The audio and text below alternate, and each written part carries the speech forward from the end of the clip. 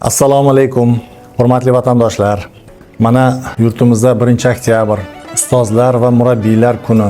Mana shu ustozlar va murabbiylar kuni bilan barcha ustozlarni, murabbiylarni o'z nomimdan Toshkent davlat tibbiyot universiteti jamoasi nomidan qutlamoqchiman.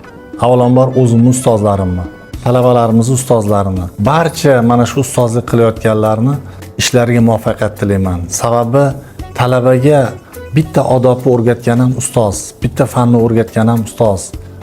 Avvalo ota-onasi ustoz, maktabdagi ustozlar, kollejdagi ustozlar, qolaversa hayotdagi ustozlar ko'p bo'ladi. Shuning uchun barcha ustozlarga men sihat salomatlik tilayman. Ustozdek kasbni ulug' sharaf bilan ko'tarib yurgan ustozlarga uzoq umr tilayman, oilaviy baxt tilayman.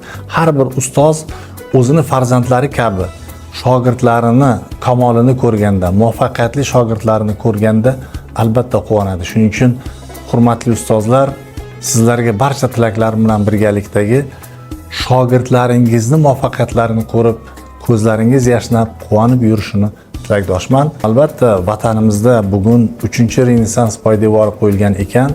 Bugun siz tarbiya qilayotgan yoshlar mana shu 3-Renessans ishtiroki bo'lishiga ishonaman.